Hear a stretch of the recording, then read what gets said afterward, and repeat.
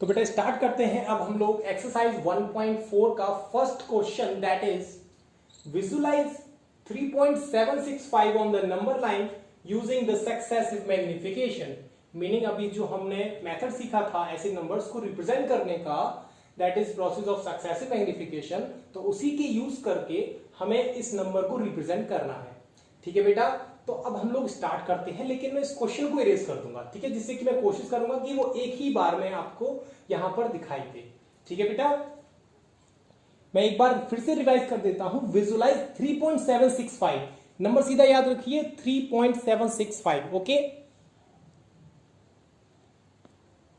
देखिए बेटा, हमने क्वेश्चन हमें रिप्रेजेंट करना है 3.765। तो बेटा हम इजीली ये पता कर सकते हैं कि ये जो नंबर है वो 3 से तो बड़ा है लेकिन 4 से छोटा है। इसका मतलब ये हमें 3 और 4 के बीच में मिलेगा। तो बेटा हमें क्या करना होता है, 3 और 4 को सर्कल में बंद कर दो। अब जो नेक्स्ट नंबर लाइन बनेगी उसमें 3 और 4 होंगे और उसके बीच वाले नंबर्स होंगे। अब यहां पर बेटा हमने देखा कि हमने लिखा 3 एंड 4 और उसके बीच वाले नंबर्स, क्योंकि यहां पर है 3.765 तो हमें डेसिमल में जाना है। तो बेटा हमने अब देखा ये 3.7 है, 3.7 है, तो हमें इसको देखो 3.7 कहां पर है और ये किस नंबर के बीच में फिर हमें मिलेगा। तो बेटा हमें 3.7 मिलता है यहां पर। अब 3.7 है, इसका मतलब ये जो नंबर है वो 3.7 के बाद भी कुछ डिजिट है, इसका मतलब 3.7 से बड़ा है, लेकिन ये 3.8 से बेटा जरूर छोटा होगा। इसका मतलब ये नंबर जो अब एग्जिस्ट करेगा वो 3.7 और 3.8 के बीच में करेगा। अब हम पढ़ते हैं इसके आगे। अब हम बेटा देख रहे हैं कि हमने लिखा है यहां पर 3.7 एंड 3.8 और इसके बीच के सारे नंबर्स। ठीक है, तो यहां पर नंबर था 3.765। तो अब हम बढ़ेंगे, देखिए 3.76, अब दो डिजिट आ गए तो हम लोग 76 को फाइंड करेंगे। तो हमने देखा बेटा 3.76 ये रहा। अब 3.76 के बाद बेटा यहां पर है 5, मतलब ये नंबर 3.76 से बड़ा है, लेकिन ये नंबर बेटा 3.77 से छोटा होगा, क्योंकि यहां पर इसमें पॉइंट के बाद जो सेकंड डिजिट है वो 6 है और वहां 7 है। इसका मतलब ये 3.76 से बड़ा है और 3.77 से छोटा है। तो बेटा इसका मतलब अब ये जो नंबर होगा वो इसके बीच में लाई करेगा। अब हम लोग पढ़ते हैं इससे थोड़ा सा आगे। बेटा अब हम लोग आगे बढ़ते हैं। अब देखो बेटा लिखा हुआ है कि अब ये जो नंबर आएंगे वो 3.76 से बड़े और 3.77 से छोटे, हमने इसमें बीच में सारे लिख दिए। वो हमें नंबर फाइंड करना था 3.765। तो बेटा अब हम लोग बढ़ते हैं इस 3.76 से आगे।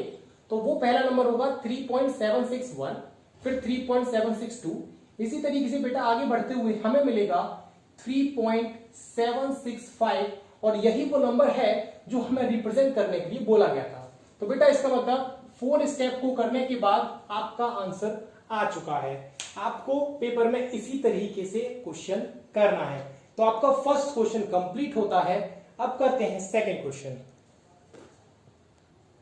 तो बेटा अब को हम लोग क्वेश्चन करते हैं क्वेश्चन नंबर 2।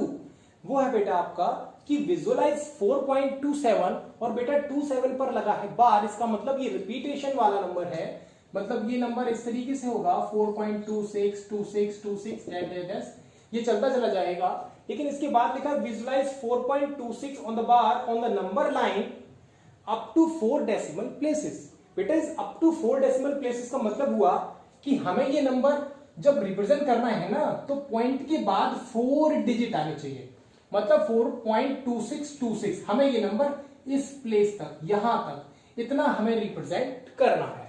तो आइए बेटा करते हैं स्टार्ट।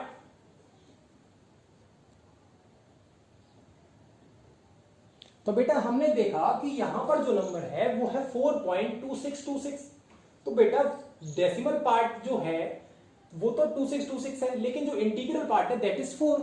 इसका मतलब ये हुआ कि ये जो नंबर है वो 4 से तो बड़ा है लेकिन बेटा 5 से छोटा है। तो इसका मतलब ये जो नंबर होगा वो 4 और 5 के बीच में एग्जिस्ट होगा। ठीक है, और अब हम लोग उसी तरीके से आगे बढ़ते हैं जैसे हमने पिछले क्वेश्चन में किया था। तो बेटा अब हमने यहां लिखा हुआ है 4 और 5 के बीच वाले नंबर्स। तो बेटा 4 लिखा और 4 के बाद 4.1, 4.2, 4.3 इस तरीके से हम लोग 5 तक चले गए हैं। हमने यहाँ देखा बेटा हमें जो नंबर रिप्रेजेंट करना है वो है 4.2। तो अभी यहाँ पर 4 पॉइंट के बाद एक डिजिट आया ना, वो क्या है 2। तो बेटा वो कहाँ है, ये रहा। अब इस 4.2 के बाद है 4.3। 4.3 तो 4.2 से ज्यादा हो गया। जब 4.3 4.2 से ज्यादा है तो इस पूरे नंबर से भी ज्यादा होगा। इसका मतलब ये हुआ कि ये जो पूरा नंबर है ना वो 4.2 और 4.3 के बीच में आने वाला है।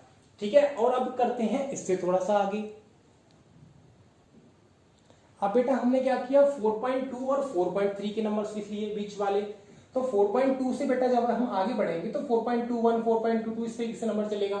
हमें जो नंबर रिप्रेजेंट करना था दैट इज 4.26। 2 के बाद बेटा अब 6 आ रहा है, अब 6 को ढूंढो। तो 4.26 ये रहा। तो बेटा अब 4.26 के बाद लिखा है 4.27। तो बेटा यहां पर सेकंड डिजिट 7 आ गया, लेकिन यहां तो 6 है। इसका मतलब अब जो नंबर रिप्रेजेंट होगा, मतलब जो आएगा ये वाला जो नंबर है वो 4.26 और 4.27 के बीच में आने वाला है। और अब हम लोग थोड़ा सा इससे आगे बढ़ते हैं। अभी तक हमारे 2 डिजिट तक रिप्रेजेंट कर दिया है, लेकिन उसने कहा था 4 डिजिट तक रिप्रेजेंट करना है। ठीक है, अब बेटा हमने क्या किया, हमने अब 4.26 और 4.27 के बीच के सारे नंबर्स लिख लिए हैं। तो यहां पर बेटा अब हमें नंबर्स मिल रहे हैं 4.26, फिर 4.261, 4.262, 4.263 इस तरीके से। हमें क्या चाहिए था बेटा, हमें चाहिए था 3 डिजिट में 4.262। तो बेटा 4.262 ये रहा। अब इसका मतलब ये हुआ, इसके आगे हमने देखा 4.263 है, तो 263 आ गया, हमें तो चाहिए था 2। इसका मतलब अब जो नंबर आएगा ये वाला पूरा नंबर वो 4.262 और 4.263 के बीच में एग्जिस्ट करेगा। ठीक है, मतलब अब ये हमारा 3 डिजिट आ चुके हैं, एक डिजिट और रह गया 6। मतलब एक बार हमें और करना है, फिर हमारा ये क्वेश्चन कंप्लीट हो जाएगा। देखो बेटा स्पेस बिल्कुल नहीं बचा है, तो मैं ऊपर वाला प्रोसेस को इरेज कर रहा हूं। ठीक है बेटा, तो बेटा हमारा जो लास्ट प्रोसेस है वो मैंने इधर लिख दिया है। ठीक है, क्योंकि वहां स्पेस नहीं था। तो अब हमें बेटा नीचे से देखा हमने कि 4.262 तक हम लोग पहुंच गए हैं। और ये नंबर जो मिलेगा 2, हमें जो नंबर चाहिए था 4.2626, ये जो नंबर है ये 4.6262 के बीच में और 4.262 और 4.263 के बीच में आने वाला है। तो हमने बेटा इन दोनों नंबर्स को लिख दिया और इसके बीच के सारे नंबर्स लिख दिए।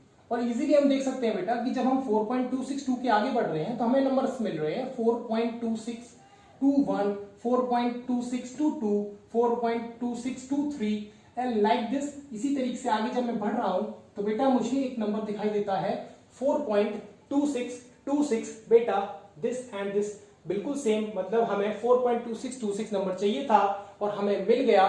तो बेटा फाइनली करीब 5 प्रोसेस बाद हमारा आंसर हमें मिल चुका है, लेकिन आपको पेपर में पूरा का पूरा करना है।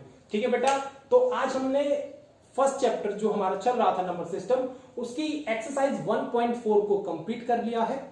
ठीक है बेटा, ऐसे ही धीरे धीरे हम लोग सारा कोर्स कंप्लीट कर लेंगे, टेंशन की बात है नहीं। ठीक है बेटा, मैं आपके हमेशा साथ में हूं और आप लोग मुझे बस अपना सपोर्ट देते रहिए। ठीक है, मैं बढ़िया से बढ़िया कंटेंट्स लाता रहूंगा। ठीक है बेटा, so all the very best, पढ़ते रहिए एंड आगे बढ़ते रहिए।